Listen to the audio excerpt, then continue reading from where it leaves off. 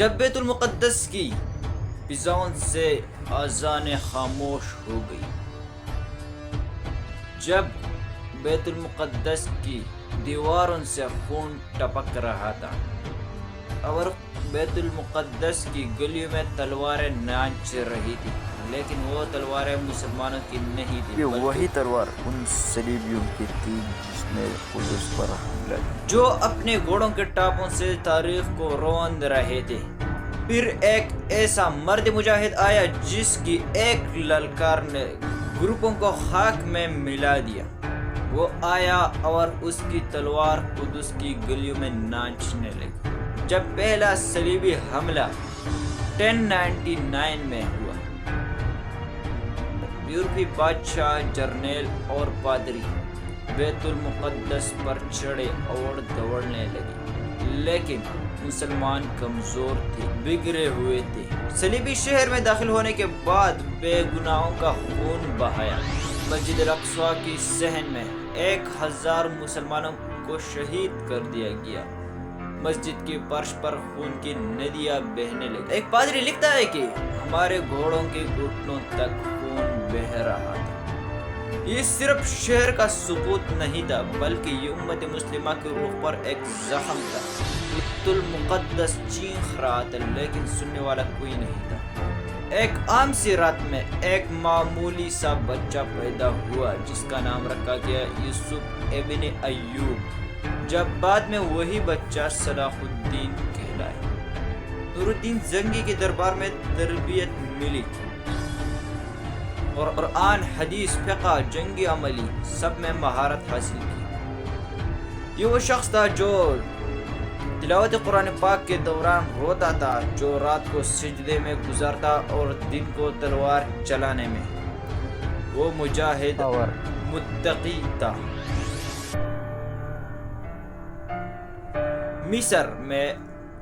مصر میں فاطمی خلافت، شام میں الگ الگ بادشاہ اور بغداد الگ۔ صلاح الدین نے سب کو جوڑ کر اس جنگ سے پہلے دلوں کو فتح کرنا چاہا۔ سلطنت توثیق سے نہیں بلکہ اتحاد سے چلتی ہے، اور صلاح الدین نے یہ کر کے دکھایا۔ اس نے فرقہ روایات کی تابوت میں آخری کھیل ٹھونکی، تمام گروپوں کو شکست دے کر ایک صف میں کھڑا کر دیا۔ جولائی 1187 1187 جنگ خواتین، صلیبی بادشاہ، قائدے اور لسگین، ریمانڈو اور ریناڈو سب اکٹھے۔ صلاح الدین نے ایسے گھیرے میں لیا کہ پانی تک کاٹ دیا۔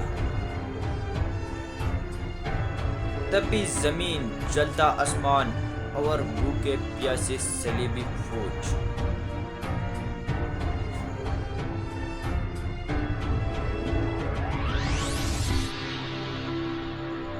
صلاح الدین نے ایسے چال چلی کہ پورا لشکر بکھر گیا۔ اس نے ریناڈو کو گرفتار کیا اور خود اپنے ہی ہاتھوں سے اس کو قتل کر دیا، کیونکہ اس نے مسلمانوں کی بیٹیوں کو بے عزت کر دیا تھا۔ گروپوں کو شکست دے کر قدس کے دروازے کھول دیے۔ اکتوبر 87 1187 وہ دن جب آسمان نے سجدہ کیا، بیت المقدس پر ایوبی پرچمیں لہرائے گئے۔ نہ کوئی لوٹ مار اور نہ ہی کوئی قتل عام۔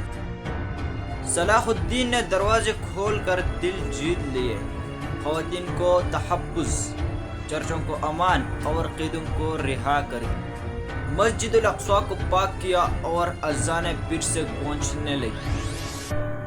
قدس کی گلی میں صلاح الدین اور دل جیتنے والی تلوار ناچنے لگی، مگر رقم کے ساتھ۔ رچرڈ شیردل، انگوریا کا بادشاہ، جو بعد میں صلاح الدین سے لڑنے آیا، لیکن صلاح الدین کے اخلاق سے متاثر ہو کر معاہدہ صلاح الدین سے کر لیا۔ اگرچہ دنیا میں کوئی سچی شرافت مسلمان بادشاہ ہے تو وہ صرف اور صرف صلاح الدین ایوبی ہے۔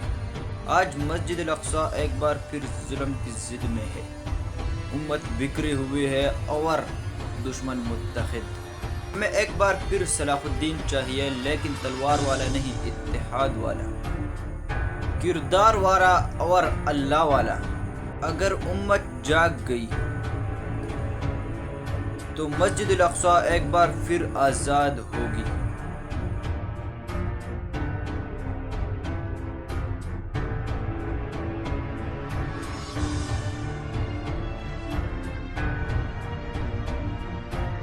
آج ہمیں ویڈیو نہیں بلکہ ویژن چاہیے، صلاح الدین ایوبی ویژن۔